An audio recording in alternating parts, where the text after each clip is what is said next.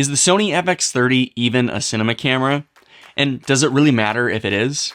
Let's talk about it. If you're new around here, my name's Riley, and I'm a filmmaker who's produced documentaries on different continents around the world using the gear that I talk about on this channel. So if you're into making documentaries or films with small crews, then you're in the right place. Consider subscribing and following along. All right, back to the video.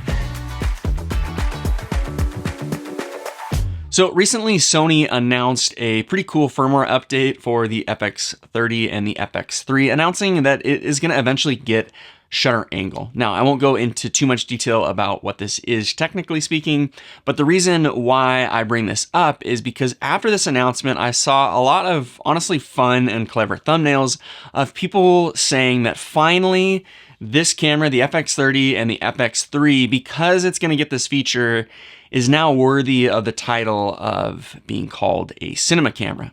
And so that really got me thinking about this debate that I've seen off and on in sort of the filmmaking creator space about whether or not people's favorite cameras are worthy of being called cinema cameras. And it gets debated back and forth all the time in the comment sections and different forums that I've seen, where people argue whether or not this feature or that feature is worthy of qualifying their favorite camera as being a cinema camera. And I think that like 10 or 15 years ago, this title of a cinema camera was something of a helpful differentiator, because back in the day, you would shoot movies on film, and so cinema was developed on film.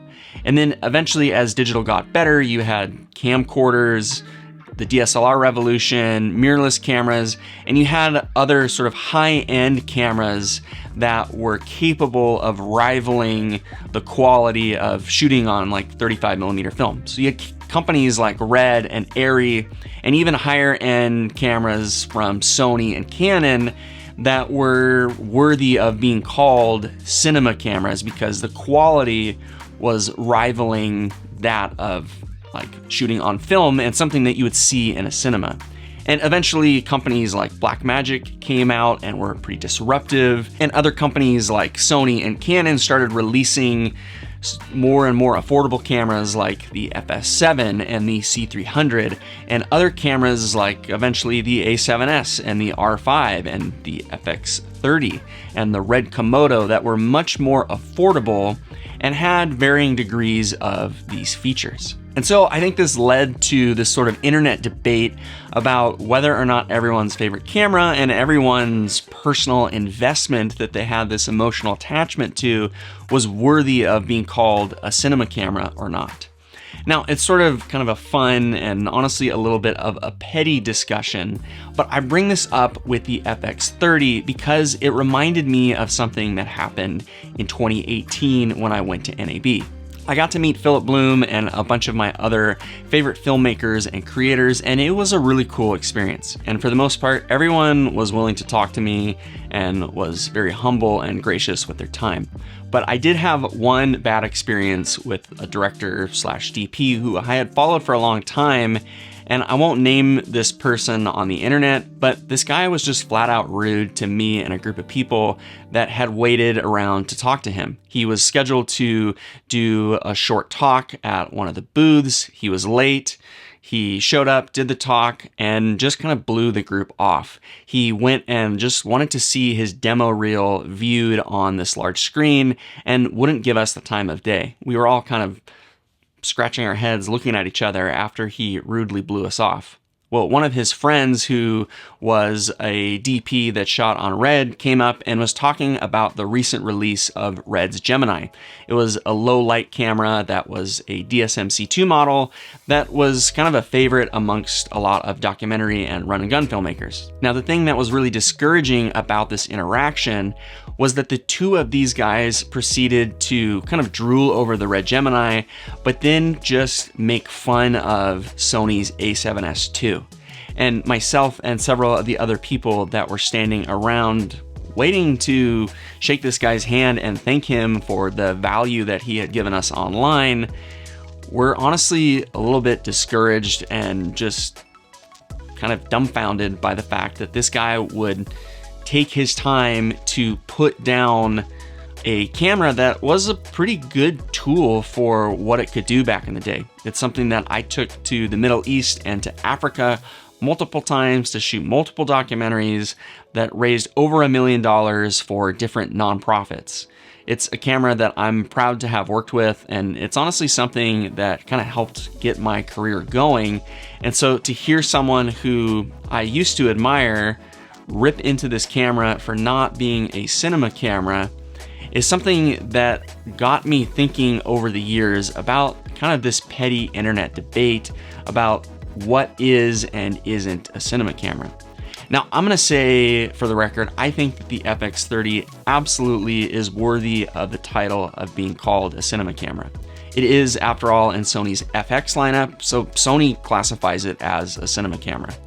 And whether or not you want to say it's as good as your favorite camera, or whether or not you want to feel justified in purchasing it or not purchasing it, that is completely up to you.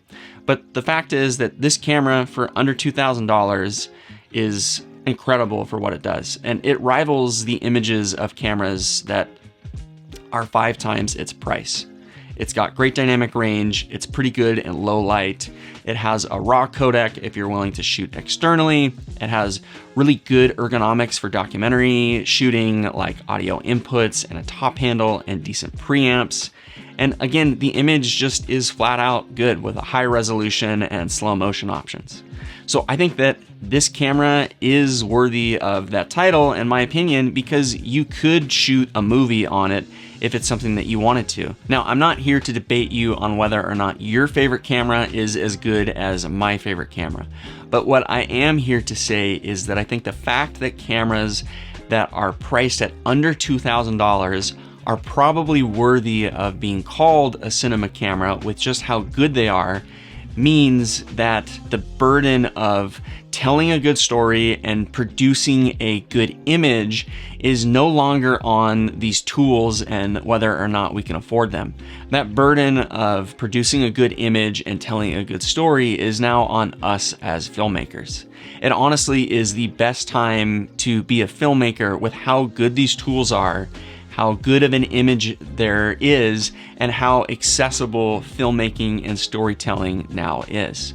And I think that the fact that we can sometimes get lured into these silly debates about what is and isn't a good cinema camera and what is and isn't worthy of, being respected or being posted about on YouTube is just silly. And I think the fact that this debate on the internet still exists just shows the fact that we're spending too much time focusing on the tools and not enough time focusing on what we actually love, our craft and the ability to tell stories.